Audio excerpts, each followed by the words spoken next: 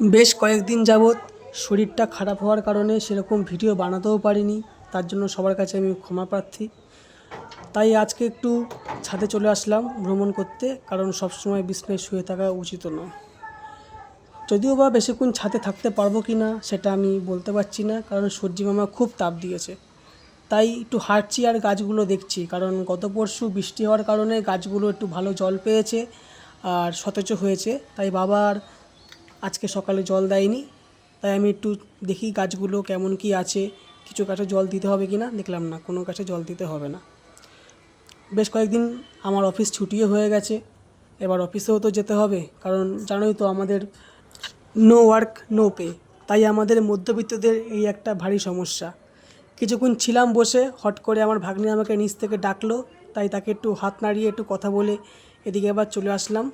ও গতকাল এসছে আমার ভাগ্নি। আমার শরীর খারাপ হওয়ার কারণে তাই জন্য ওকে আমার ঘরে আসতে দিইনি, কারণ ও বাচ্চা মানুষ। কোনো এক ভিডিওতে ওকে আমি নিশ্চয়ই দেখাবো।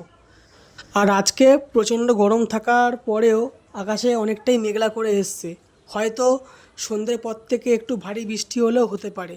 তোমাদের ওখানে কীরকম ওয়েদার জানিও, আর সকলে খুব ভালো থেকো।